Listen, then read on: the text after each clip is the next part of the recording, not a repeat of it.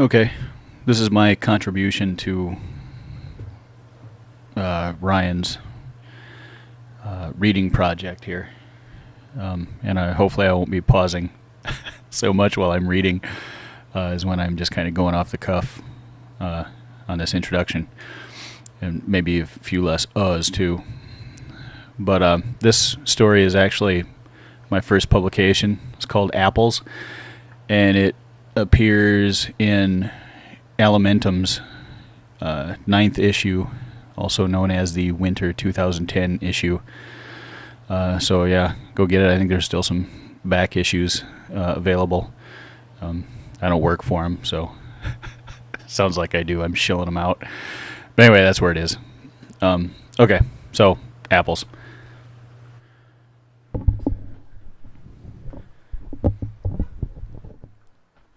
The small cottage with its neighboring orchard was a welcome sight for all of us. For almost 2 weeks we made our way over terrain that looked almost like home, yet slightly counterfeit. Even the bird songs hinted at a foreign dialect. Walking had become the only link with our old lives. We could see the apples as we neared, ripe, irresistible, and most important, familiar. Our rations were full of preservatives and made to last unnaturally long, but they always tasted on the verge of turning anyway.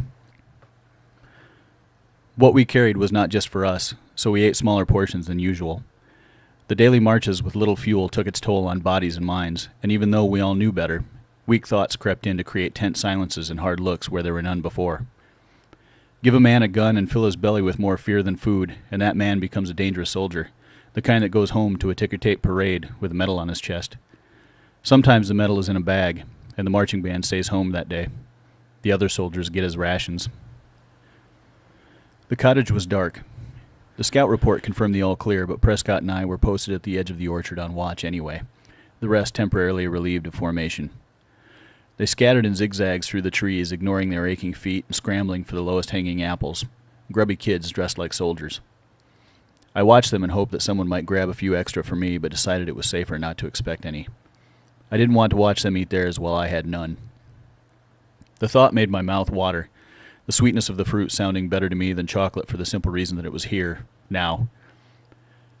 Chocolate wasn't a necessary ration, an option passed over on this trip, and seemed like such a distant dream. I could barely remember the taste. I looked at the branches above and saw an apple just out of reach, deciding then that the only way I could be sure to get my share was to get it myself. I circled to get a better angle and squinted as the hot afternoon sun stabbed through the leaves in blinding slivers. The breeze was a mixed blessing, cooling us as it gathered behind it a wall of dark clouds that threatened to soak us by nightfall. I glanced over at Prescott. He was holding his rifle at the ready, eyes locked on the horizon. Quietly, I propped mine up against the trunk and took 2 steps back, rubbing my hands together. Suddenly, an explosion of snarling and barking came from behind me. From the sound, it would be on me as soon as I turned around. I hadn't climbed a tree since I was a kid.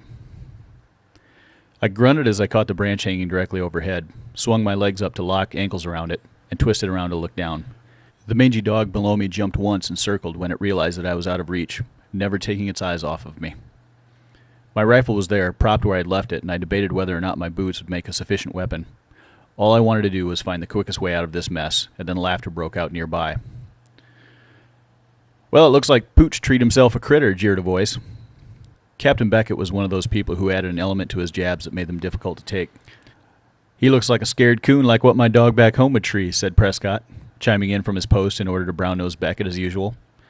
Prescott was green and dumb as a bag of hammers, but he was smart enough to learn that Beckett liked it when people paid him attention. It was one of the qualities about Beckett that I couldn't stand, and in turn I made it a habit to ignore him almost to the point of insubordination.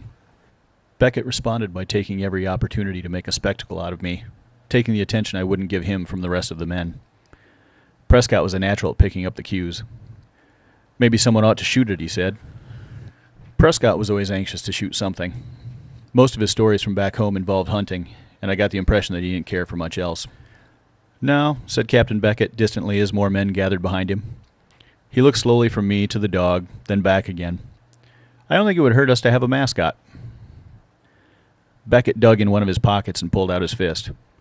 With his arm outstretched, he walked toward the dog and spoke to it in low, smooth tones. The dog moved to a position where it could easily put the tree between Beckett and itself and shuffled nervously, a low growl in its chest. Beckett had pulled something to eat from his pocket, but I couldn't tell what it was. I guess the smell was the only thing keeping the dog from either biting or bolting, judging from the way fur stretched over ribs. Once he was close enough, Beckett crouched, kneeling at eye level with the dog. He was still holding his fist out, knuckle side up, and cooed in an undecipherable mumble. The growling had stopped. The dog crept slowly towards Beckett's hand, head low, watching for any flinch that might signal a betrayal from this stranger. Beckett didn't blink. Eventually, after the dog seemed satisfied that Beckett wasn't going to move, it sniffed his hand, moving from one side of the clenched fingers to the other, desperate to find the source of the smell, but still not willing to use its teeth.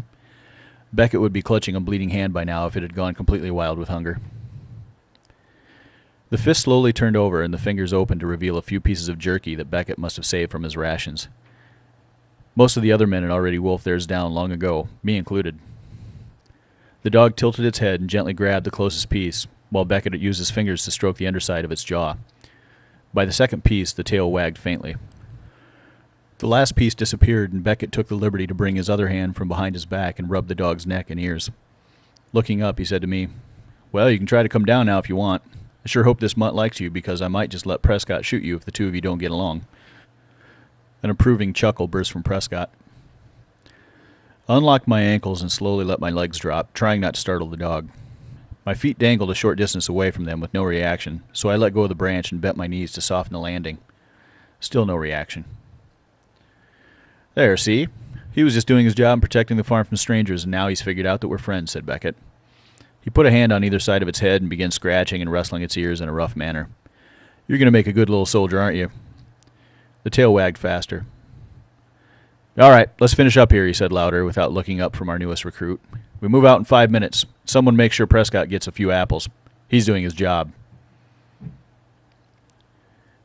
The crowd that had gathered to watch suddenly snapped to and hustled back into the orchard. I walked over to my rifle and picked it up. Captain Beckett stood up and slowly followed the men back into the orchard, the dog following with its tail still wagging. "How about we call you Joe?" I heard Beckett say, as I set my rifle back down and took 2 steps backward. It was the only way to get my share. We left in a staggered formation, heading somewhat northeast as per our current orders. The orchard had been perched high up on a rolling slope that overlooked a view of the valley, and we were heading to the bottom. A pile of clouds sat on the other side, a frozen avalanche of ash ready to spill in and bury us. The official word was that we were on our way to deal with a group of German soldiers still offering resistance. We were answering the call for backup troops and fresh supplies.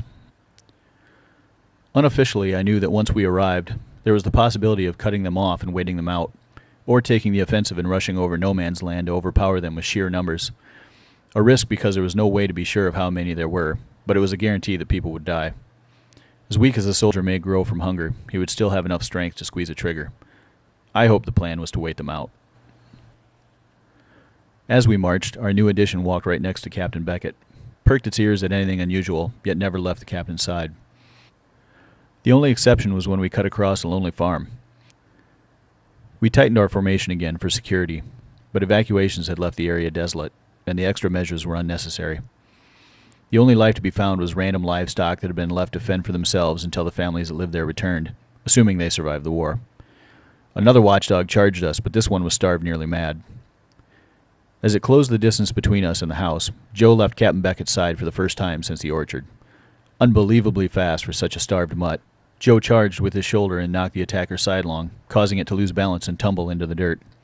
Once it regained footing, Joe was already faced off, snarling his challenge. A deafening crack rattled my helmet as I started, and Joe flinched, running a few steps away before realizing that he wasn't in danger. The other dog yelped and fell to its side, biting the air as it dropped. It thrashed for a short time before lying still. I quickly looked around and saw Prescott on one knee, the butt of the rifle still at his shoulder. "What the hell did you do that for?" I said, struggling not to raise my voice. "What? You saw how it attacked." Prescott still hadn't lowered the rifle. "I didn't see it attacking you," was all I could say. Beckett hadn't said anything, and I felt that I shouldn't say much more. Beckett whistled for Joe, who had been keeping his distance, as he cautiously sniffed the fresh corpse, and he ran back to Beckett's side with tail wagging once again. Just like that, Joe acted as if the whole thing had never happened. The first light sprinkles touched my face as some of the men in our company flinched and looked up, and then methodically dropped their packs in order to dig out their ponchos. Without a word, we were back on our way. I shivered slightly as I looked once more at the dog Prescott shot.